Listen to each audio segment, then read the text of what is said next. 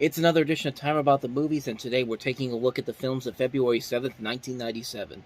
We've got 5 movies to look at here today, so let's not waste any more time. Let's jump on into it, and we'll start off with the biggest new release of the weekend, and that is Pierce Brosnan and Linda Hamilton in one of the two 1997 Volcano films, that is Dante's Peak.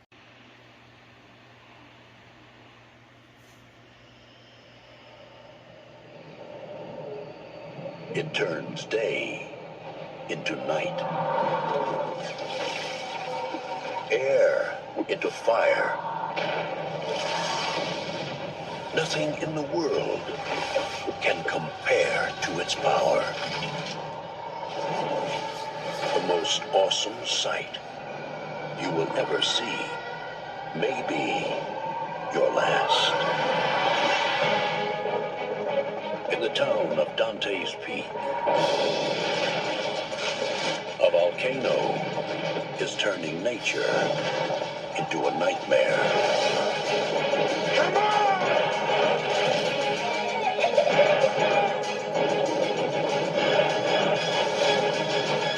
Pierce Brosnan, Linda Hamilton. Oh my God.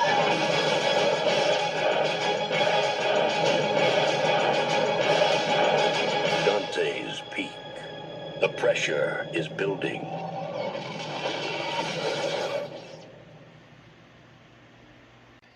Now, Dante's Peak is not a good movie, but then again, neither is Volcano. I mean, most of these disaster movies that were coming out around this time were not really all that great. There's been a couple of exceptions where they've been good movies, like I talked about Daylight a couple weeks ago, and this movie, it's not very good, and you can kind of see what it is when you actually watch the movie.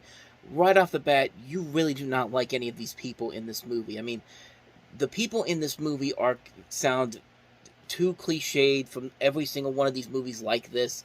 I mean, this town is so up its own ass at the beginning of the film. It's just like, it's the perfect place to live in, where nothing will ever go wrong. There's literally points where they literally say stuff like, nothing can ever go wrong in this town, and then, sure enough, whenever they actually have something that goes completely wrong, everyone's all surprised, like, I can't believe everything's gone wrong. It's just like, you think you would have it. There's the reason why they brought in these people from the United States Geological Service to come in and tell you that, hey, maybe you should start thinking about putting an evacuation plan together to get everybody out of here. And it's just like, no, you're talking out of your ass. Nothing's ever going to go wrong here. And then, yeah, it's that kind of. It's the dialogue in this movie is terrible. You do not like any of these characters whatsoever, and you just kind of expect that when this volcano eventually will erupt, it will take out every single thing in this entire town, because really they deserve it, honestly. Like, I never had a connection with any of these characters.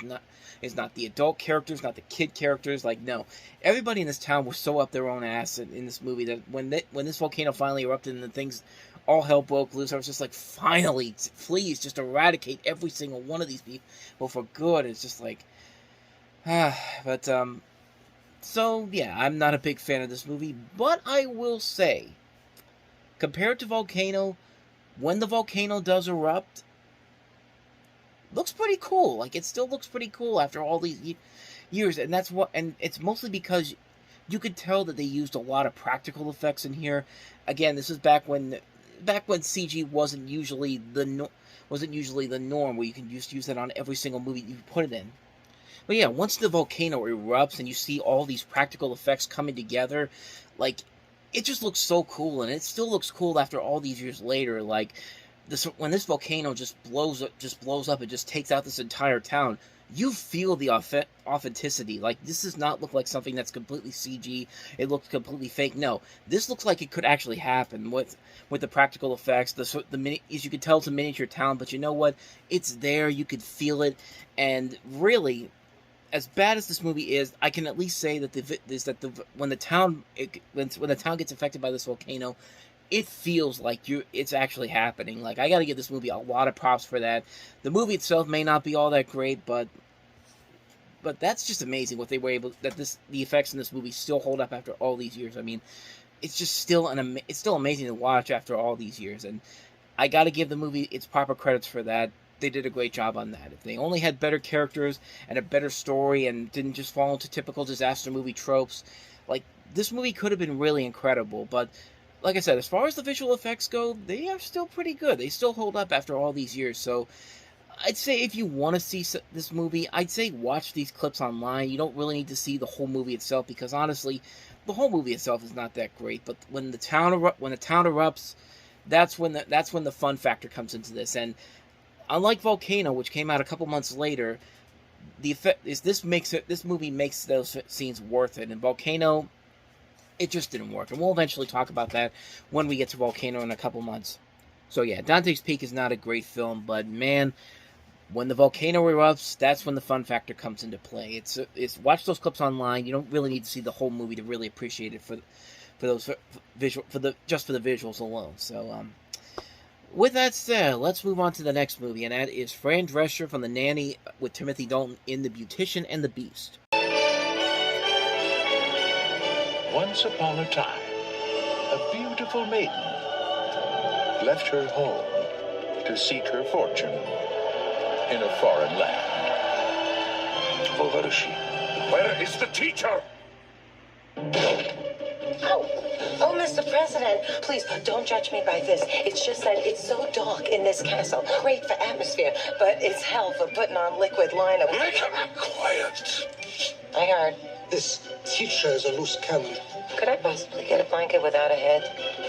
My children are growing up in a different world than me. You must help them face a new century. If you've earned 18,000 frequent flyer miles, but it takes 20,000 miles to go from Miami to Scottsdale. I thought you taught science. Teach it? I didn't even pass it. You look lovely, Masha. Yeah, it's control top pantyhose. Holds you in like a stuffed sausage. You teach beauty school. You know what? Talk to the hand. Here, I talk last. Yes, who could get a word in edgewise? You do it again! This woman would destroy the country. A little bit of radish, and look what you got. Lucille Ball. Ooh. This is the only job you can get yourself. Do I not intimidate you at all? Is one of your sideburns shorter than the other? You don't have to be a tyrant to have people follow you. If you just trust me, you know, Sonny Bono shaved off his mustache, and now he's a congressman. What does he do? He's saying hello. Hello. Paramount Pictures proudly present. You better be careful. A girl could get used to this. It's like she has put a spell on you. Fran Drescher. You remember what I taught you? Boys who like me for what I am. A princess with a great big dowry. Timothy Dalton. The palm to the hand. Cute. The Beautician and the Beast. I always wanted to do that. I mean, it's basically The Nanny meets Beauty and the Beast meets a little bit of Moon over Parador. Let me try to explain this movie. This is a film that you can definitely tell this is basically kind of the Nanny movie, because Fran Drescher is literally playing a character that is very similar to her character on The Nanny, except instead of being a nanny, she's being brought in to teach teach the children of this dictator, played by Timothy Dalton, and it sounds pretty stupid. It looks pretty stupid. I was expecting it to not be a great film whatsoever, but I will say though, when I watched this movie, I did not hate it.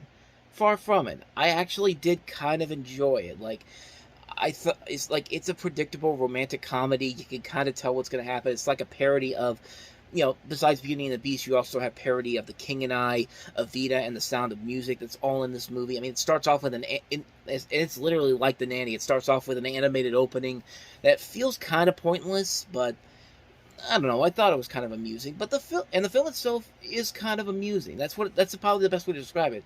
It's an amusing film, and I think it's mostly because I actually like Fran Drescher's style of comedy. I like The Nanny. I watched that with my mother and my sister when I was little, and I mean, Fran Drescher can be very funny, and I think she really can be funny, and is on that show. Here, I mean, she's basically playing that same character from the TV show, but she's giving it her all. She's up against Timothy Dalton, and they both work off each other very well here. I think there are moments in there that are very silly. There are moments in here that are very ridiculous. The premise is kind of a little bit of a mixed bag, but I mean, I didn't hate it. Like, I was really expecting this not to be any good whatsoever, but like I said, I thought it was kind of amusing. I thought it was kind of enjoyable.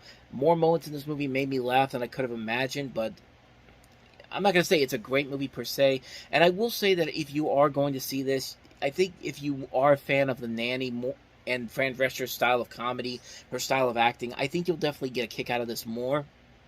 But other than that, though, if you're not a big fan of her style of acting as a whole, I'd say definitely skip it. But if you could stand her on The Nanny and see that she can be really funny on there, this definitely works out very well here. It's not a classic by any means, but watching it a couple months ago on Paramount Plus and thinking that it was going to be something much worse, I didn't get that. I actually found myself quite enjoying it more than I probably would have. Would I ever watch it again?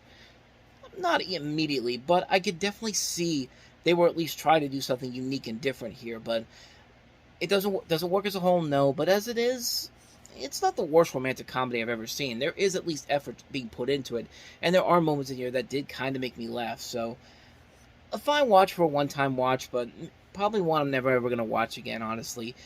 And certainly it's a lot better than the next comedy we're going to take a look at, and that is John Leguizamo in The Pest.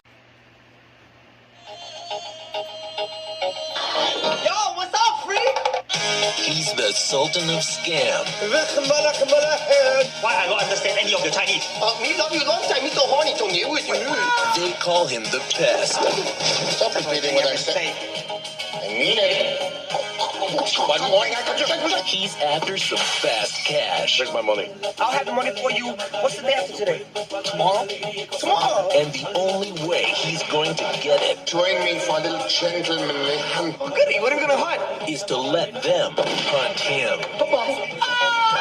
If you survive for 24 hours, you get $50,000. $50,000? Now. He's got to escape the German hitmen, Could I do that again? I was looking to the wrong thingy. outsmart the Scottish mob, I didn't know there was a Scottish mob. Captain, I cannot do it. The little crystals are breaking up. She's going to blow. and blow away the competition. 23,000 on my field of war. Take one down. Yes, I get the point. I think you got the whole idea of what this movie is. It's just John Leguizamo being extremely annoying for an hour and a half. An hour and a half. And this comes to us from the Bubble Factory, the same company that brought us Flipper. And looking at their movies that they've made, they have made some pretty bad movies. I mean, you have stuff like That Old Feeling, McHale's Navy, A Simple Wish, For Richer or Poorer, Slapping in the Stinkers. I mean, that's just from the first 3 years of this company alone. This is from the former head of Universal Studios, Sid Sheinberg, and his wife, Lorraine Gary, from the Jaws movies, and who actually came up with the name of the company for it. But when you see the movies that they put together, not a single one of them is memorable. Not a single one of these movies has any longevity to them. They're mostly forgettable movies, and this film is just an insult to John Leguizamo. John Leguizamo can be very funny if you don't give him a role like this, where all he does is just scream and try to be as loud and obnoxious as you can. I mean, he's playing a character that's literally named Pestero Vargas. I mean, come on, man. Like, yeah, this is a very bad movie. And I've seen John Leguizamo be great in movies. More recently, he's been in some very good films. Violent Night, he was very good in that film. In Kanto, he was very good. But this is just a mess on so many levels. It's loud, it's in your face, it never knows when to shut up. There's nothing going on that's funny about it. It's a mess of a film, and it's a fun idea, too. A comedic version of The Most Dangerous Game, which has been adapted into several other movies and movies and TV shows. It's been made for very fun movies and TV shows, honestly, but certainly not in this case. This is a film that's just all over the place. It's in your face, and it's just not very funny whatsoever. It's a movie that wastes the talents of John Leguizamo that we have seen clearly that he has, but not in this movie. This is a mess of a film on so many levels. So, yeah, avoid it like the plague. So, let's try to get the mood back up again. Let's go to a much better movie, or we at least hope it's a much better movie. It is directed by Richard Linklater, and that is SubUrbia. Out to L.A. Oh, that's nice. They have many convenience stores there for you to stand in front of. Coming soon to an entertainment megaplex near you. Comes an ambitious, You still living at your mom's? mind-numbing thrill ride of a movie. Great concert tonight! You were there? No. From the director of Dazed and Confused, SubUrbia. Starts Friday, February 28th at a theater near you. So this is based off of a play by Eric Bogosian, best known for his work in talk radio. We already looked at that movie way back in the early days of the show. And you basically follow the relationship between a few young adults as they spend time standing on the corner outside of a local convenience store. So, in a way, it's kind of a mix between Linklater's own Dazed and Confused while also adding in a little bit of Kevin Smith's Clerks. It's got a decent cast to it. Nicky Katt, Parker Posey, Giovanni Ribisi, Steve Zahn. But as far as the movie itself goes, it's definitely a step down compared to some of Richard Linklater's other works. He had just done Slacker, Dazed and Confused, Before Sunrise. This was the first real disappointment from him. It's not a bad movie per se, but you have two very different styles here. The style of director Richard Linklater and the writing of Eric Bogosian, which if you've seen talk radio, you know the style that he has for this. And these two styles just really don't mix together very well here. And I think that's a real shame to the film because there is actually some promise to it. There are some moments in there where you can actually see a lot of enjoyment coming out of it. But other than that, though, it's a very lackluster film, especially for a director like Richard Linklater. You expect a lot more from him, but as far as this movie goes, it's largely forgettable. It's one of Linklater's lesser films. Not one of his worst films, honestly, but you expect a lot more from him. So that's SubUrbia. Let's go ahead and take a look at our last film, and that is Hotel de Love. Are you mystified by love? I love you. Wondering who's the one? Steven! Melissa! Rick! Steven! Stop! Discover true romance. I love you. At the Hotel de Love. A film for the passionately confused. I just got married! My life is over. Rated R. Now playing. So the premise of Hotel de Love is fraternal twin brothers meet a childhood crush at a rundown hotel. They rediscover their love as they renew their competition for her affection. The woman in here is played by Saffron Burrows, who you've seen in a number of movies, including The Bank Job, Reign Over Me, Troy, Deep Blue Sea.